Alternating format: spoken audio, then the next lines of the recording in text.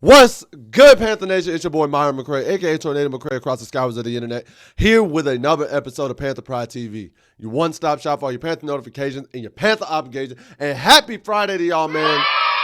Hope y'all are having a fantastic Friday. Hope everything's going smooth. Hey, the weekend's here, so you get to enjoy this. And guys, let's go ahead and get into today's docket.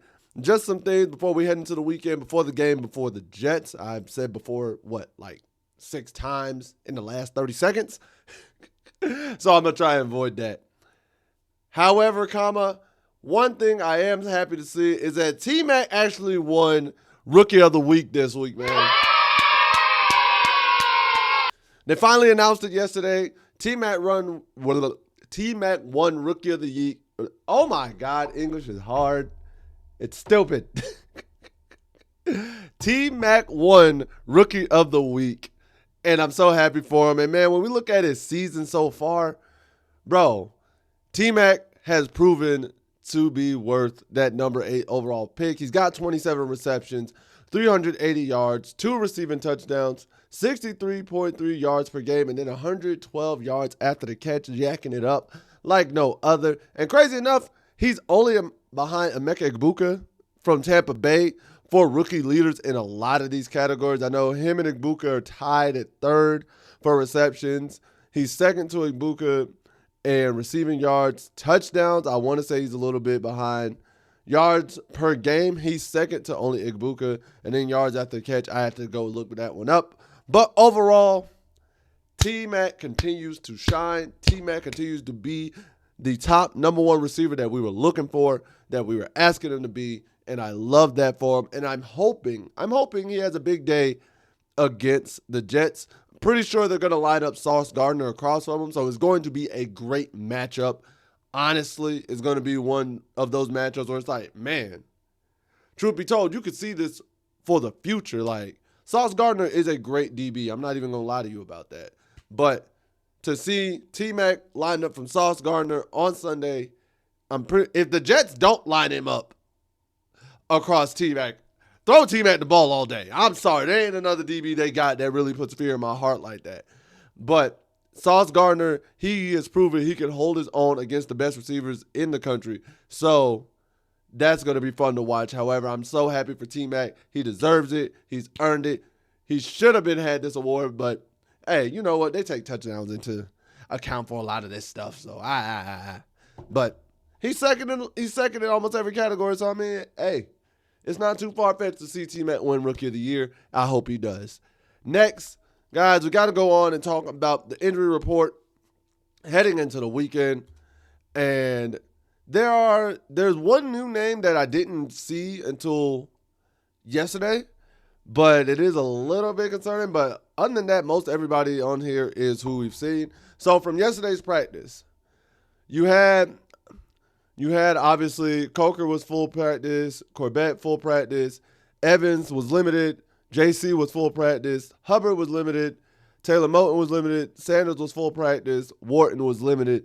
But the one that I didn't expect to see was Damian Lewis, who did not practice at all.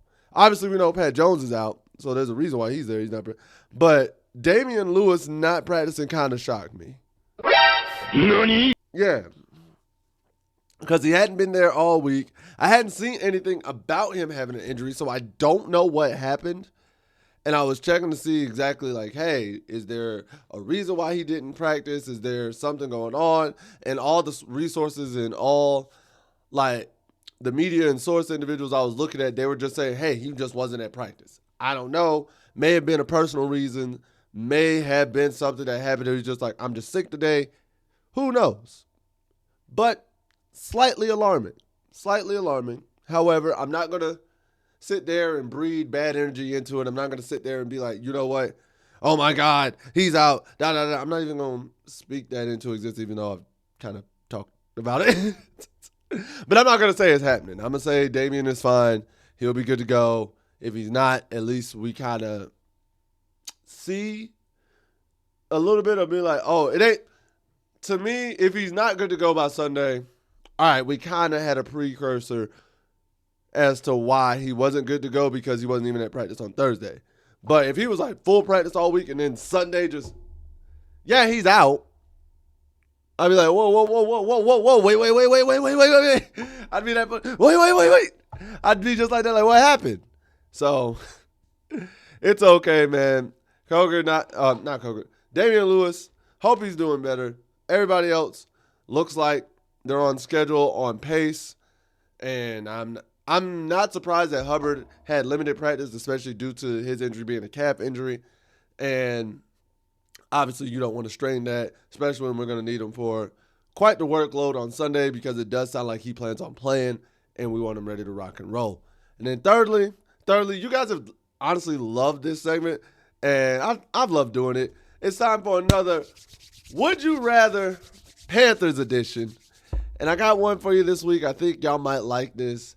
In the wake of these two gentlemen returning to the field for us, I have to ask you, Panther Nation, would you rather in Sunday's game see Chuba Hubbard rush for 150 yards and 2 TDs, or Coker receives for 150 yards and 2 TDs? Nani? Which would you rather see? Chuba rushes for 150 yards and 2 TDs, or Coker receives for 150 yards and 2 TDs? Man, if I'm being honest, y'all, I